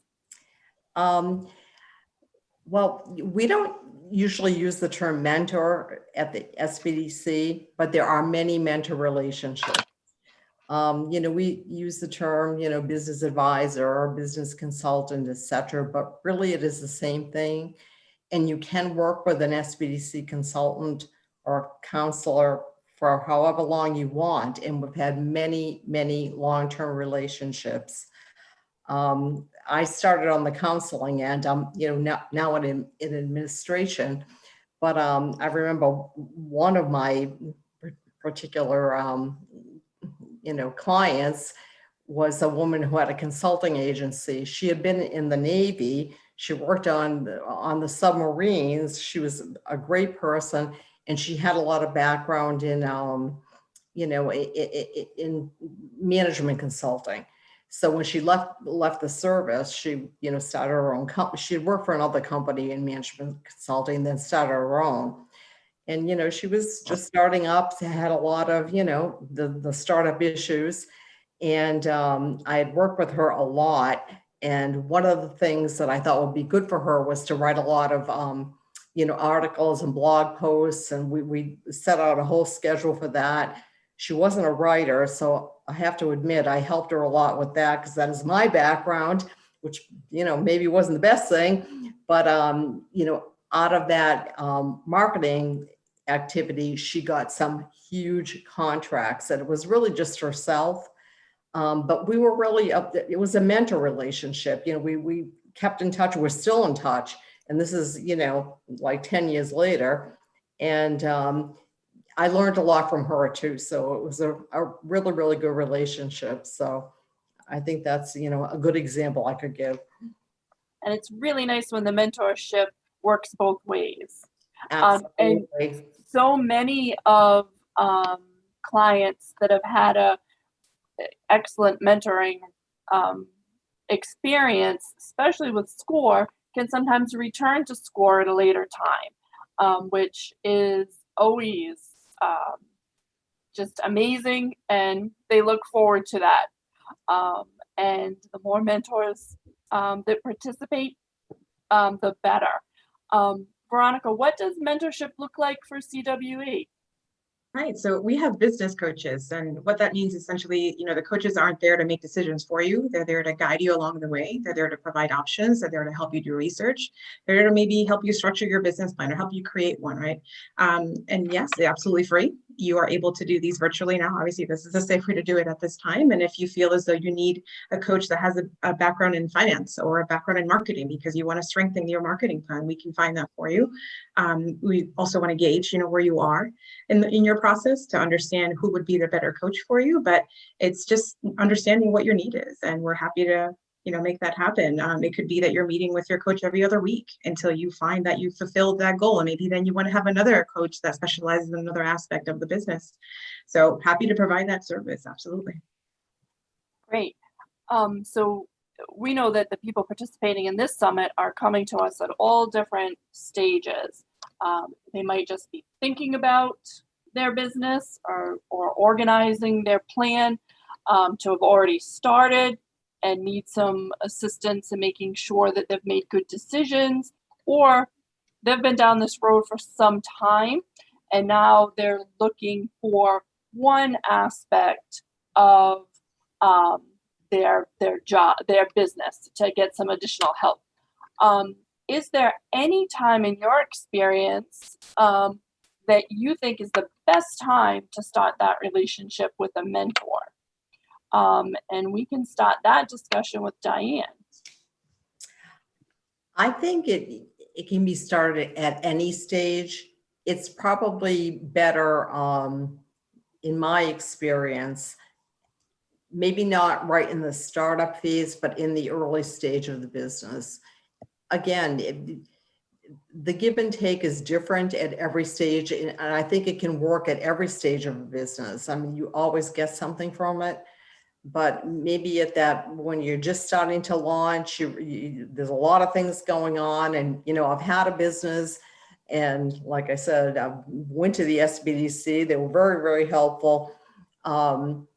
So that was the stage that I really kind of needed help. And again, it's not just a one-way street, it's a two-way street.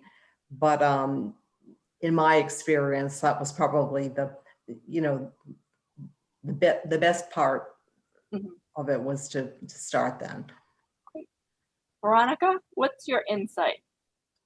I agree with Diane that it could be at any point of the business, but be great to have somebody start with us at the onset, right? Because that way they don't feel that they're alone on the journey. That way they know that they have resources. If we don't know, we'll send them to Rochelle, we'll send them to Diane. And it's great just to know that you have someone you can ask that has an unbiased way to help you, right? And so it would be great to start at first. We specialize in helping startups, right? It's people that don't have the business plan yet, or folks that are already in business and just don't have a plan and needs a better structure. So any point, but at the beginning would be great just to get your resource, get your foundation right, and then, you know, take the plunge to start. Go on. Rochelle? Early and often. I like early because you just don't know what you don't know.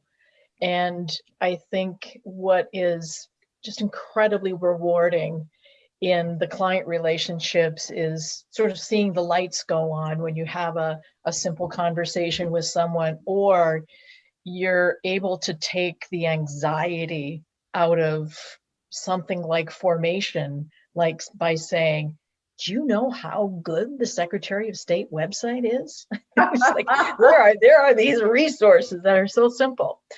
The often part of it, though, is I think it's perfectly okay for small business owners at whatever stage of the business to have more than one mentor. What I find, and partly this is where I am in my career, I think, there are some people that need sort of tactical, blocking and tackling kinds of support and advice.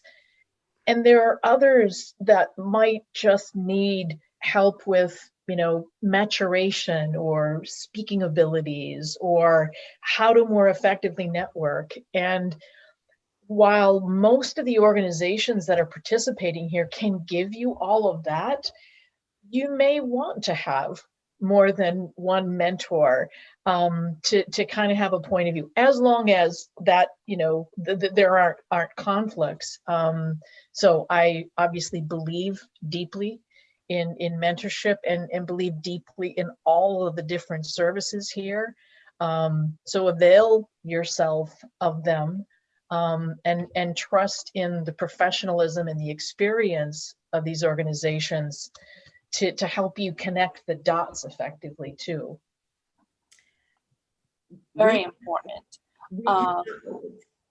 Can I just say one thing, Krista? Sure. We have a kind of a formal mentorship program within the SBDC among the network, all over the country. So when new state directors start, there's a mentorship program. When new associate state directors start, there's a mentorship program. So I'm involved now with a new associate state director who's in South Dakota. And so every month we meet, and there were two of us mentors. We have myself and the woman from Nebraska, and then the new person in North Dakota. And it's really a fantastic program because we get so much, from the new person too, because they have a new perspective. And it really is a two-way street. And I think it's just we've been doing it for several months now, and it's just a really, really good thing. I know it's not a client relationship, but again, it's bringing people along and making sure that she's comfortable, and it's really been fantastic. And I bet there's times when you learn from other states. Oh, we do. What might be available, or maybe a new trend that we hadn't heard of yet. So all of the relationships we build from this night going forward, I think, become valuable in hindsight. Maureen, if I can just interrupt a little bit, Sure. We have a question in the chat that boils down to essentially, how do you choose who to contact when you're looking for help? You need help. How do you decide where to turn? I think The age-old question, everyone. the simple question. We'll just and I think, we'll let Maureen take it from there. But I think that's a really good question and That's one a Great a question. lot of people have. Yes. Veronica, do you want to lead off on that? I think we all offer valuable services. And I think if you see on our website, there's an interesting webinar going on SCORE, going on at SBDC or at CWE. Please take it. I mean, we're not competitors, right? We're working together towards the same goal of helping you be successful. So I would say, depending upon the services that you need, if you know you need business planning, we got this awesome 4-week course that we know we can help you have a solid plan by the end of 4 weeks. If you need more mentoring, perhaps it's SCORE, right? So depending upon what you need and what you see that we're offering, I mean, our webinars change month to month. So it could be that you need QuickBooks and we're going to be offering that in February. All right, jump on with us. And maybe next month you'll need something that Rochelle offers or that Diane has. And so it could be in combination. Like Rochelle said, you could have more than one mentor. We're not A lot of competitors. people do. They work with all of us. Yeah. And that's fine, you know? Right. I think you all complement each other so much in the services you do provide. Do you have any recommendations, Rochelle, of where to start or how you go about even finding what might be most comfortable for you? Well, each of our organizations has a lot of information out there that'll help you understand, what it is that we do, the programming that we have available. And you're right, there's a lot of collaboration. So it may be that CWE has developed a program that SCORE is advocating, and likewise with SBDC. I think when it gets a little bit deeper, if you think there's a good fit, I think you have at least, I know Diane and Veronica very, very well, very approachable. So are all the people in their organizations. And you shouldn't be shy about picking up the phone and asking some questions. And then when it gets to a business coach, a business counselor, or a mentor, you can easily talk to those individuals as well and kind of assess the fit to the needs. And no, fundamentally, I know I'm repeating myself, is it's not really a choice of A versus B. It's maybe what you do with organization A versus organization B, and trust that these organizations are very familiar with everything in this ecosystem. And we do point clients in each other's directions quite frequently, and clearly in the direction of the Secretary of State's office too. Thank you. Diane, do you have anything to add?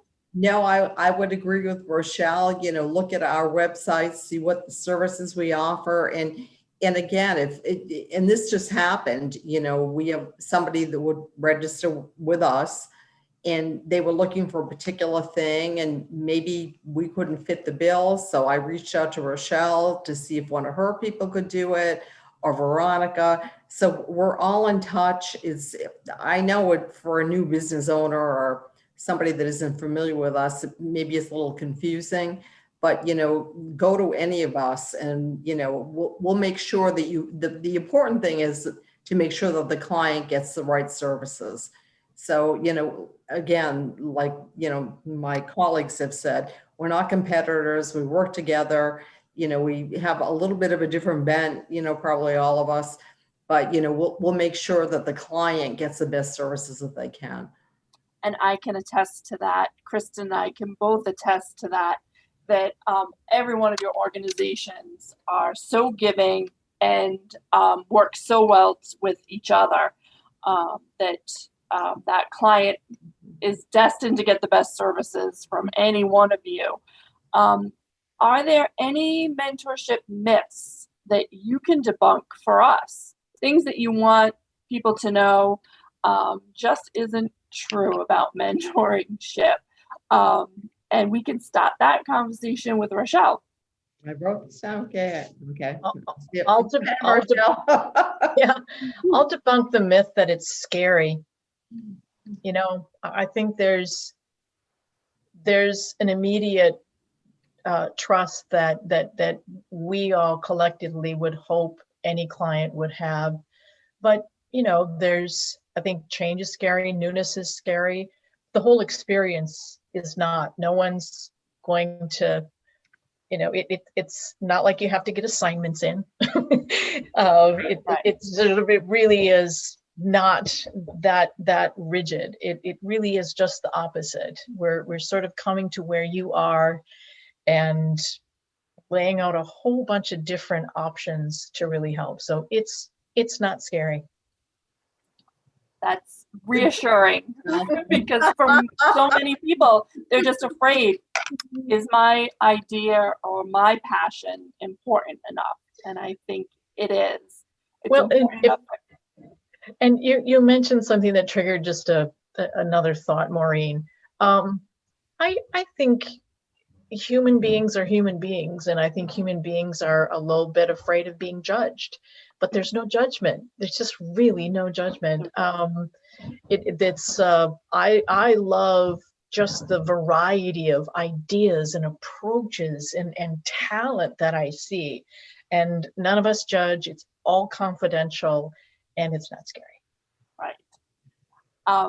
Veronica, do you have anything to add? I think sometimes folks think that the coach or the mentor is there to make decisions for them, is there to steer the ship and not let them be the drivers of the plan, right? And so essentially it's not that way. They're there to provide options, they're there to guide you, be your cheerleader throughout your process, but certainly not make decisions for you. You are at the end of the day are the business owner, you're at the end of the day are the one driving the financials. So just, I think that's one myth that I've heard before. Yeah. Diane?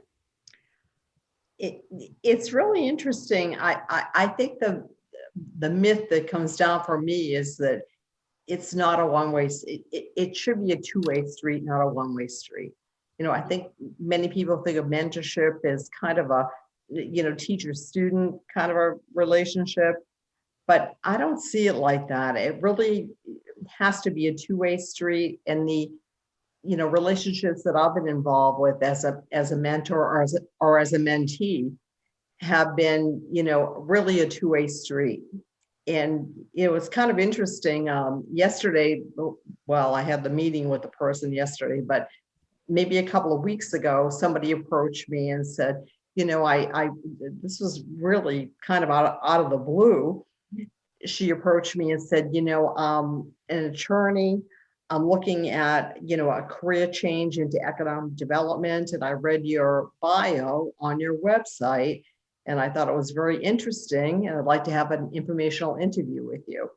So, you know, I said, fine, and we had that yesterday. She was delightful. She was, you know, fantastic.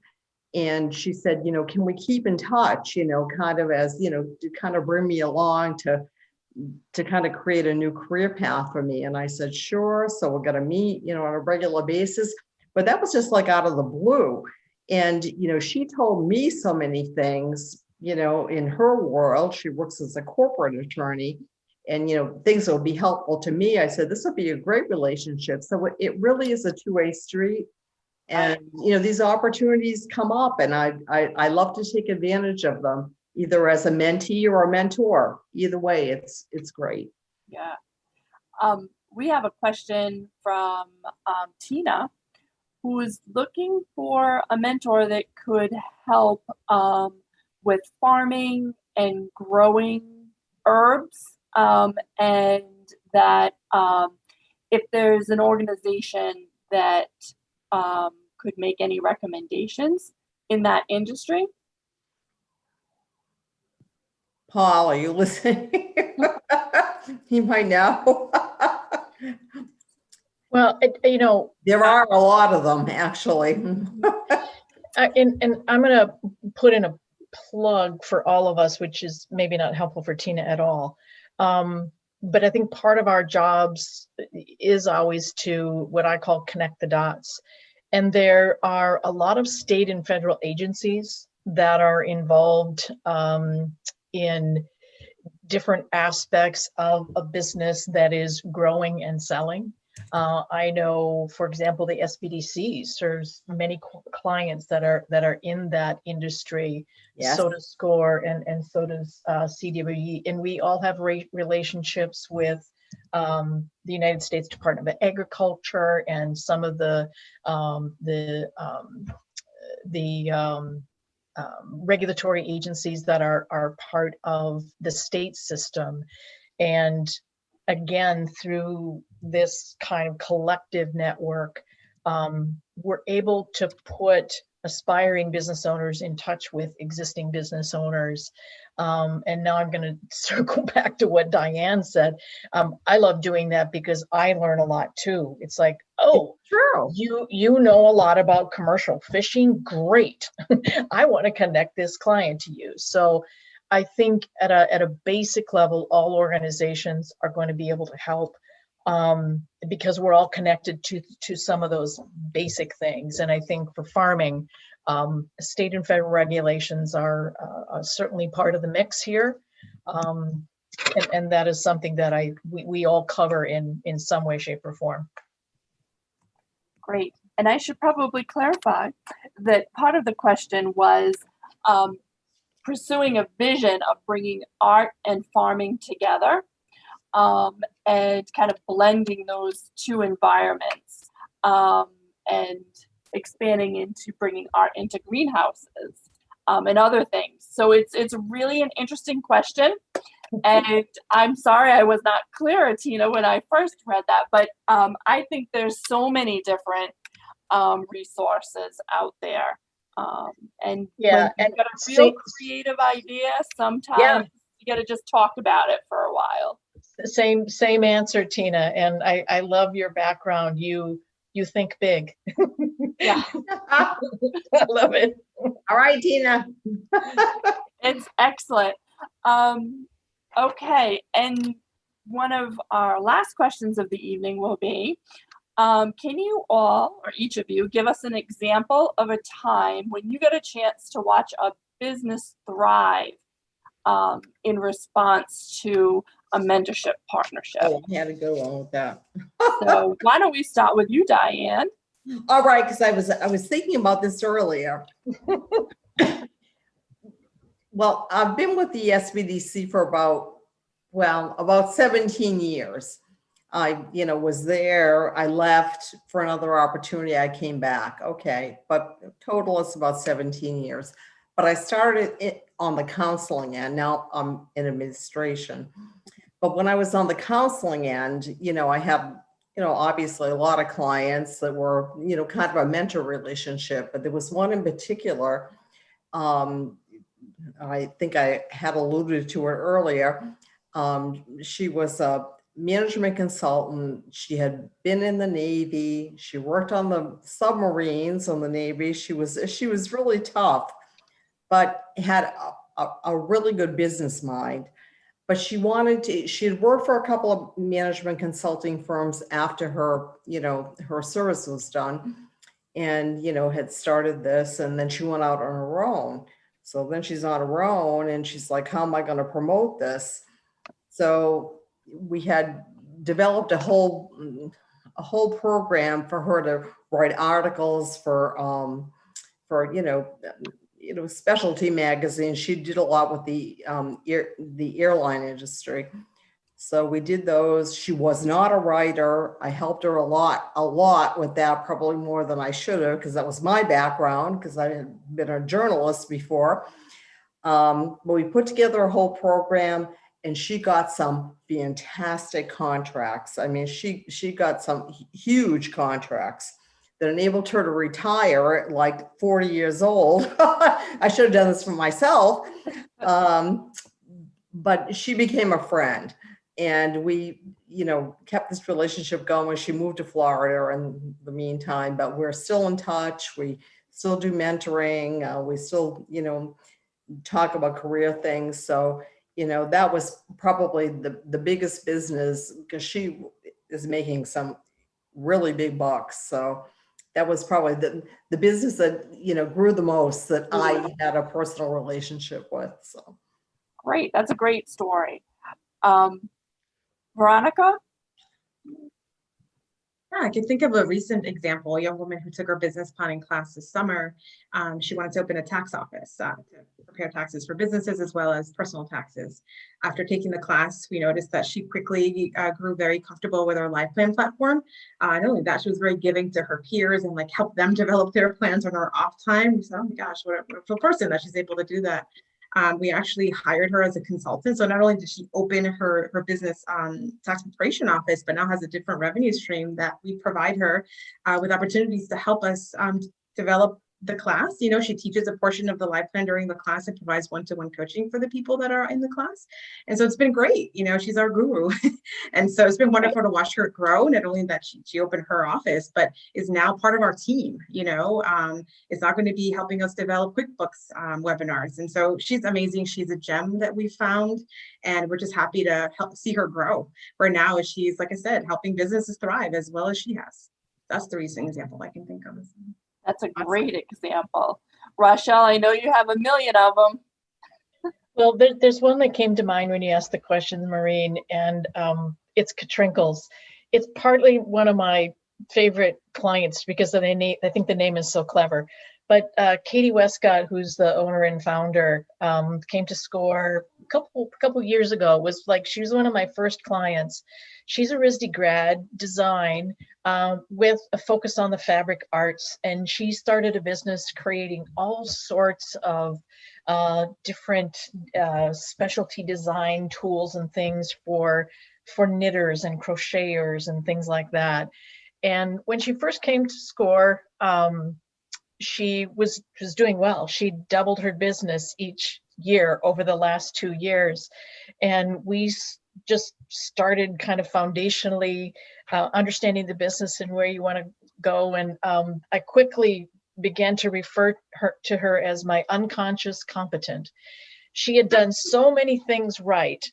Yeah. She just didn't realize how right she was, just making decisions and sort of growing the business. And she continued to, I think, live her passion and build the business.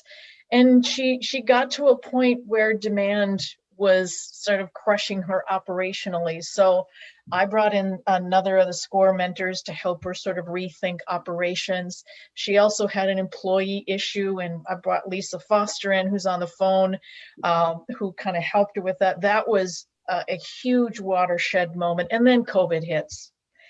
And I think up until this point in time, the benefit of bringing some of the conversations and we had kind of a regular cadence was she had developed some confidence, and this just took the rug right out from under her because she, like many artists and creators, was dependent on kind of that show environment where she'd go to New York was the major show.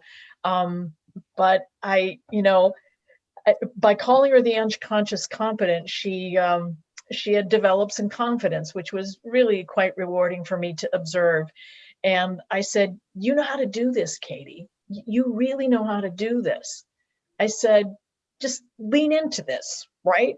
And she did with her team that was now sort of shed of some negative stuff and reorganized a bit to be more efficient. And she knocked it out of the park this year in a COVID environment. So it was just a combination of the confidence, the different people that she had available to her to kind of get by some critical decisions. And, one of the other things was, when she first came to me, she said, I think I need to hire another person. I said, why? She goes, well, there's more work over there. And she said, can I afford it? And I said, can you afford it? I said, we're going to spend 15 minutes every week teaching you how to read your P&L, right? And so that's the one thing. She'd made good decisions and was a really unconscious competent, but now she reads the P&L like nobody's tomorrow. And I'm really proud that she, with her team, she hired 2 new employees. So that's been fun, right? Katrinkles. It's a cool name. And not everybody's gonna hire an employee, but wow, when you get to see a business reach that stage is really rewarding for everybody involved. Including the state. We love to see that. Yeah, and even small, hobby to businesses, they have to rely on other people. And Lisa, who just, got visual on the webinar, Yeah. she can attest to how much angst there was. Oh, I And bet. she probably should have gotten rid of the employee 9 months earlier, but she just, she couldn't. And what we were able to do is, kind of help her approach it very objectively. And it really was a watershed moment. So. Right. We've reached the end of our time tonight, but I think a lot of what you're hearing in our conversation tonight is how important it is to try to establish a relationship with one of these organizations, because they're going to be there for you during so many phases of your business development. And then when we reach these or encounter these unexpected years, where our plan really needs some adjusting or we need some quick reaction to our environment, that there's someone there to reach out to. Because I know all of these organizations have really responded to that critical need that was out there this year of, this is the way I was running my business and now I need to retool and try a new approach. And they've successfully helped a lot of businesses and business owners be able to overcome many of the challenges that we were facing this year. And they did it in so many really creative ways. Oh, it was great this year. Yeah, I'm sure it's been inspiring this year too, to be able to reconnect with a lot of businesses that may have been doing really great on their path and really coming back and meeting those challenges head on. So again, Kristen and I want to thank our panelists tonight. I can't even imagine how many ways we may have helped all of our hobbyists here tonight that are soon to be business owners and then of joining us for the summit for the first time. I want to remind everybody that our second session will be on Wednesday, January 27th from 6 to 8. During the first hour, we'll be exploring, and I lost my feed somehow. I'm sorry, we'll be exploring online platforms and marketplaces, followed by strategies for pricing your product competitively and meeting product demands. And another reminder that registration remains open. If you have friends or family that might enjoy this series, let them know that they can register at any time. And registration will be open through the end of the summit. I don't know that I have missed any other housekeeping items, but I'm going to let Kristen pop in here and I think we're good. Yeah. Thank you, everybody, for attending. Everybody out there who's in recording land listening to this after the fact. Yeah, thanks for listening in. Housekeeping on that, if you registered by about 6 o'clock tonight, the 20th, you'll get this recording of this session fairly shortly. If you registered after that, you'll get this recording and the next recording after the next session and so on. But no matter when you register, you will have access to all presentation materials and all recordings for all 4 sessions, even if you only registered for one. So you can't get sick of us because we're not going to let you. Please don't get sick of me. And we have enjoyed our evening with all of you. And thank you so very much. Have a great